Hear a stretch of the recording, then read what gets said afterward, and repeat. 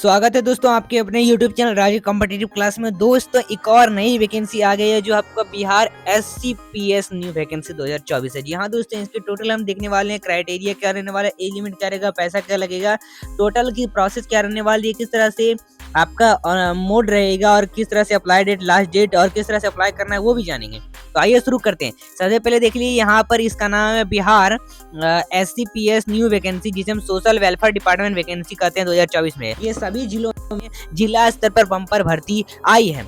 अब इस तरह से इसका आवेदन जो है वो शुरू हो चुका है और ये बिहार में ही आई है आपकी। देखिए SCPS यानी आपका स्टेट चाइल्ड प्रोटेक्शन सोसाइटी की तरफ से ये आया है वैकेंसी। अब इसमें देखिए ये एक अच्छी भर्ती है, बहुत ही अच्छी भर्ती है और इस भर्ती में क्या प्रोसेस रहने वाला है वो जानते हैं। चलिए देखो इस वैकेंसी का नाम क्या है। इस वैकेंसी का नाम है बिहार SCPS न्यू वैकेंसी। ठीक है, ये सभी जिलों में है बिहार के लिए बम्पर वैकेंसी। पोस्ट डेट इसका जो है 9 तारीख तीसरे महीने में यानी आज ही आया है। इसका जॉब टाइप क्या है, इसका पोस्ट टाइप किस तरह से, तो एक जॉब तरह का है, ये कोई कॉन्ट्रैक्ट नहीं है, ये एकदम परमानेंट जॉब है। अब देखिए वैकेंसी पोस्ट क्या रहने वाला है, वेरियस पोस्ट वैकेंसी है इसके लिए, सीमित ही पोस्ट यहाँ पर है इसके लिए। और ऑफिशियल नोटिफिकेशन जो है वो इशू किया गया है आज 9 तारीख को। इसका स्टार्ट डेट जो है अप्लाई करने के लिए 11 तारीख से है, यानी लगभग अभी 2 दिन बाद कल से आपका क्या होगा, इसका अप्लाई डेट स्टार्ट हो जाएगा। देखिए इसका कल से ही अप्लाई डेट स्टार्ट हो जाएगा। 11 तारीख को बात किया जा रहा है तीसरे महीने में यानी मार्च में जाके। और लास्ट डेट जो है इसका क्या रहने वाला है 10 तारीख चौथे महीने में जाकर, यानी अप्रैल में जाके 10 तारीख को खत्म होगा। अप्लाई किस तरह से करना है, आप अप्लाई कर सकते हैं ऑनलाइन मोड में। ऑफिशियल वेबसाइट इनका ये है, इसी वेबसाइट पर आप जाके क्या करेंगे, अप्लाई करेंगे। चलिए बिहार SCPS न्यू वैकेंसी 2024 का शॉर्ट डिटेल की बात कर लें। इसका नोटिफिकेशन बहुत ही जारी होगा है, आप इसको डाउनलोड भी कर सकते हैं। अब चलिए आइए देखिए इंपॉर्टेंट के बारे में। सबसे पहले यहाँ पर स्टार्ट डेट जो है अप्लाई के लिए 11 तारीख से होगा। लास्ट डेट अप्लाई जो है 10 तारीख को है और इसका अप्लाई जो मोड है वो ऑनलाइन होगा। आप साइबर से करवाएं या से भी करवाएं, फोन से ही खुद से करें तो आप कर लेंगे आराम से। और इसका पैसा पेमेंट तो आपको पता ही है, अगर साइबर के फंस करवा रहे हैं तो और अच्छी बात है, आसान से हो जाएगा। ये मोबाइल से कर रहे हैं, रुपए ये जो ATM कार्ड वगैरह से आप कर सकते हैं। इसका पोस्ट नेम देख लो, नंबर ऑफ पोस्ट देख लो का पोस्ट नेम क्या क्या इसमें है। सबसे पहला एक पोस्ट है कार्यक्रम प्रबंधक का, जिसे हम सारा कहते हैं। इसका जो एक पोस्ट है विधि सब परीक्षा जो अधिकारी है, इसके लिए 4 पोस्ट है। परामर्शी है जिसे हम DCPU कहते हैं, इसके लिए 3 पोस्ट है। डाटा एनालिस्टिक का 4 पोस्ट है। सामाजिक कार्यकर्ता का 9 पोस्ट है। आगे देख लेते हैं शिक्षा अधिकारी का और केस वर्कर या फिर इसको बाल कल्याण का जो अधिकारी कहते हैं, उसके लिए 13 सीटें हैं। परामर्शी गृह के लिए 11 सीटें हैं। हाउस फादर के लिए या हाउस मदर के लिए 12 सीटें हैं। या फिर फिजियोथेरेपिस्ट अगर करना चाहते हैं इसके लिए 1 ही सीटें हैं। पारामेडिकल स्टाफ के लिए 18 सीटें हैं। आउट रिच जो वर्कर है उसके लिए 11 सीटें हैं। तो ये टोटल सीटें हो गए और ये आपके हर जितने भी जिले हैं आप बस फॉर्म भरेंगे और आपका कहीं भी पोस्ट हो सकता है। ठीक है, तो आप जिसके लिए भरना चाहें उससे भरते हैं। चलिए देख लेते हैं। अब इसमें देख लो, आपको बता दिया गया है कि सारा अगर आप भरेंगे यानी कार्यक्रम प्रबंधक भरेंगे तो इसमें post graduate in social work. देखिए पोस्ट ग्रेजुएट इसमें सोशल में आएगा, मतलब इसके लिए क्वालिफिकेशन हम क्या क्या रहने वाला है, किस कैटेगरी के लिए वो देख लेते हैं।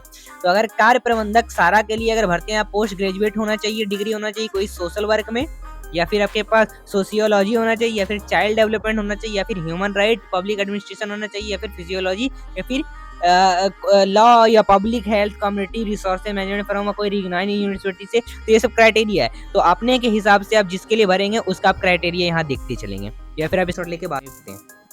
अगर आप विधि सा परीक्षा के लिए तो आपके पास LLB होना चाहिए कोई भी एक यूनिवर्सिटी के थ्रू।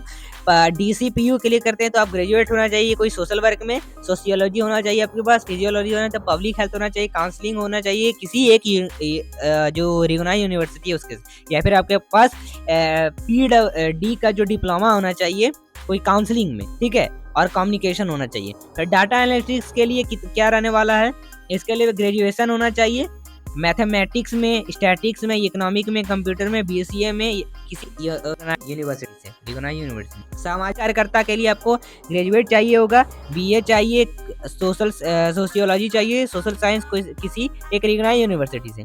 परीक्षा अधिकारी के लिए केस वर्कर या फिर बाल कल्याण अधिकारी का, तो इसके लिए एलएलबी होना चाहिए, बीई होना चाहिए आपके पास। फिर परामर्शी डिग्री के लिए ग्रेजुएट होना चाहिए, कोई सोशल वर्क में, फिजियोलॉजी में, सोशियोलॉजी में, आपका पब्लिक हेल्थ में काउंसलिंग होना चाहिए, साथ ही कोई रिकॉग्नाइज्ड यूनिवर्सिटी, या फिर आपको पीजी का डिप्लोमा होना चाहिए कोई काउंसलिंग और कम्युनिकेशन में। देखिए अब आगे देख लेते हैं, अगर आप हाउस फादर या हाउस मदर के लिए आप भर रहे हैं तो इसके लिए आपको 10+12 यानी आपको 12वीं पास होना चाहिए, बस 12वीं पास मांगा जाता है, या फिर अगर नहीं है तो आपके पास सक्षम होना चाहिए, आप सक्षम हो इसलिए आप कर सकते हैं। या फिर अगर आप फिजियोथेरेपिस्ट के लिए कर रहे हैं तो आपके पास फिजियोथेरेपी के स्नातक होना चाहिए, आपको किसी मान्यता प्राप्त संस्था से या फिर आपको विद्यालय से। पैरामेडिकल के लिए आप किसी भी विषय में स्नातक होना चाहिए, या फिर आउटरीच वर्कर अगर करना चाहते हैं इसके लिए आपके पास 12th सर्टिफिकेट होना चाहिए, या फिर कोई इक्विवेलेंट बोर्ड से होना चाहिए। तो ये अब नोटिफिकेशन इस तरह से इसका है, आज कल्याण जो का देख लो, ये नोटिफिकेशन है। अब इसको आप इसका स्क्रीनशॉट ले सकते हैं।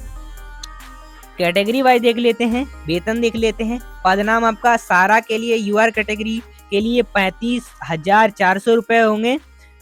अगर विधि परीक्षा अधिकारी के लिए तो SC ST EBC के लिए 21,000 रुपए इसमें दिए जाते हैं। DCPU के लिए SC ST अगर हो तो 18,000 रहेगा। डाटा एनालिस्ट के लिए SC कैटेगरी, EBC कैटेगरी के लिए 18,000।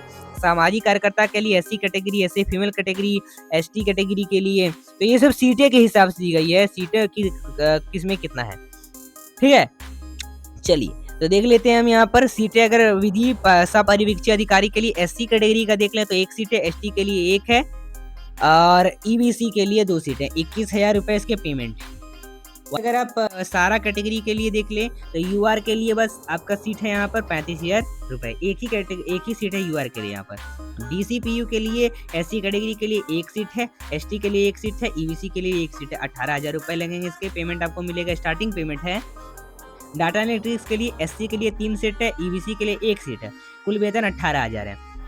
सामाजिक कार्यकर्ता के लिए SC के लिए 1 सीट, SC फीमेल के लिए 3 सीट, ST के लिए 1 सीट, EBC के लिए 1 सीट, EBC फीमेल के लिए 1 सीट, BC के लिए 1 सीट, EWS के लिए 18,000 स्टार्टिंग पेमेंट। परिवीक्षी अधिकारी, केस वर्कर, बाल कल्याण अधिकारी हैं तो अगर इसके लिए SC के लिए 3 सीट है, EBC के लिए 3 सीट है, BC के लिए 2 सीट है, EWS के लिए 2 सीट है, UR के लिए 2 सीट है, तो 18,000 रुपए। परामर्शी गृह के लिए अगर हैं तो इसके लिए SC के लिए 2 सीट है, EBC के लिए 2 सीट है, BC के लिए 2 सीट है, EWS के लिए 2 सीट है, UR के लिए 3 सीट है। 18,000 पेमेंट है। हाउस फादर या हाउस मदर के लिए SC के लिए 2 सीट है, EBC के लिए 3 सीट है, BC के लिए 3 सीट है, EWS के लिए 1 सीट है, UR के लिए 3 सीट है। बस मैं इस तरह से कैटेगरी वाइज बोल रहा हूँ तो आप समझिए कि इसे मेल का, यहाँ पर मैं जहाँ फीमेल का बात करूंगा तो वो फीमेल के लिए होगा। 18,000 पेमेंट। फिर आपका फिजियोथेरेपिस्ट के लिए 1 सीट है बस यहाँ पर, UR कैटेगरी के लिए 18,000 पेमेंट। पैरामेडिकल के स्टाफ के लिए SC मेल बात हो रही है यहाँ पर, मेल सबकी 5 सीट, EBC के लिए 4 सीट, BC के लिए 4 सीट, EWS के लिए 1 सीट, UR के लिए 3 सीट और UR फीमेल के लिए 1 सीट। आउट रिसर्च वर्कर के लिए SC के लिए 2 सीट, SC फीमेल के लिए 1 सीट, ST के लिए 1 सीट, EBC के लिए 2 सीट, EBC फीमेल के लिए 1 सीट, BC के लिए 2 सीट, BC फीमेल के लिए 1 सीट और EWS के लिए 1। 12,000 पेमेंट है। 5% वार्षिक वृद्धि होगी यहाँ पर, 5% जो है वार्षिक वृद्धि होगी इस पेमेंट में। पेमेंट की बात करते हैं कि आपका इसका 5% हर साल ही वृद्धि होगी इनकी पेमेंट में। तो इस तरह से हो सकता है, ये कोई फिक्स पेमेंट नहीं है, इससे बढ़ सकते हैं। तो आपने कैटेगरी वाइज देख लिया कुल कितना संख्या है। सारा के लिए 1 सीट है, लगभग टोटल सीट बात कर रहा हूँ तो 1 सीट है। परिवीक्षी अधिकारी के 4 सीट है, DCP के लिए 3 सीट है, डाटा एनालिटिक्स के लिए 4 सीट है, सामाजिक कार्यकर्ता के लिए 9 सीट है, परिवीक्षी अधिकारी के लिए 13 सीट है, परामर्शी के लिए 11 सीट है, हाउस फादर के लिए 12 सीट है, फिजियोथेरेपिस्ट के लिए 1 सीट है, पैरामेडिकल के लिए 8 सीट है सबसे ज्यादा इसमें, और आउट रिसर्च के लिए वर्कर के लिए 11 सीटें हैं। ठीक है, तो आपने सभी इसमें जान लिया। चलिए, 18 से ना किसी का उम्र कम होना चाहिए और 45 वर्ष से ना अधिक चाहिए सभी कैटेगरी के लिए। ठीक है, तो ये आप कर सकते हैं। चलिए दोस्तों, तो आप इनके स्टेट बिहार जो गवर्नमेंट का इनका वेबसाइट है उस पर जाके आप इसको अप्लाई कर सकते हैं, रजिस्ट्रेशन करते हैं। ठीक है, आपने जान लिया। एज लिमिट मैंने अभी बताया आपको, एज लिमिट क्या है इसका। एज लिमिट जो है आपका मिनिमम जो एज है 18 वर्ष, मैक्सिमम 45 वर्ष। पेमेंट का बात कर रहा था हमने, 35,000 आपका फर्स्ट, इसका फिर 21, फिर 18, फिर 18। इस तरह से मैंने पहले ही वहाँ पेमेंट की बात कर ली है, तो उस तरह से आप देख लेंगे सब। चलिए, तो आपने देख लिया। साथ में देखिए यहाँ पर ये भी निकल के आती है कि आपका जो मूल वेतन के अतिरिक्त जो राज्य सरकार का द्वारा दिया गया जो आपका डीए होगा, एचआरए होगा, हाउस किराया भत्ता वगैरह, तो ये सब आपको तो देना होगा। तो उसके लिए आप 2000 या 4000 रुपये आपका काटे जाएंगे। ठीक है, अब ऑनलाइन करना है आपका, इंपॉर्टेंट लिंक पर क्लिक करेंगे। आपका जो ऑनलाइन लिंक है उस पर अप्लाई करेंगे, रजिस्ट्रेशन मिलेगा, उसको रजिस्ट्रेशन का बेसिक चीजें जो भरी जाती है उसको भरेंगे, लॉगिन आईडी मिलेगा, बाद आप आवेदन करेंगे। आवेदन में ही आपको क्या क्या भरना होता है, अपना डॉक्यूमेंट वगैरह लगाना पड़ता है। तो अप्लाई करेंगे बहुत ही जल्द हम इसको, और अप्लाई करने का भी वीडियो में। तो अभी आप चैनल को सब्सक्राइब करें और नीचे कमेंट करें, अभी लाइक कर दें इस वीडियो को, और अभी नीचे कमेंट करें दोस्तों कि इसका अप्लाई किस तरह से किया जाता है, आपको वीडियो बनाए। और अभी चैनल को सब्सक्राइब करें, नीचे सब्सक्राइब का ब्लैक कलर का आपको बटन दिखेगा, वहाँ पर बेल आइकन आएगा, बेल आइकन का ऑल कर दें, ताकि कल से इसका भरा जाएगा फॉर्म 11 तारीख से, और कल इसका फॉर्म किस तरह से भरा जाता है उसका वीडियो बनाया जाएगा आपको, और उसका नोटिफिकेशन आपको मिल सके। चलिए फिर मिलते हैं अगले वीडियो के साथ, और आपको ये भी सिखाएंगे किस तरह से आप केवी में बना सकते हैं, किस तरह से पीडीएफ बनाएंगे केवी में, किस तरह से आप अटैच करेंगे, क्या क्या प्रोसेस रहने वाला सब बताएंगे। तो अभी चैनल को सब्सक्राइब करें दोस्तों, मिलते हैं फिर अगले वीडियो के साथ।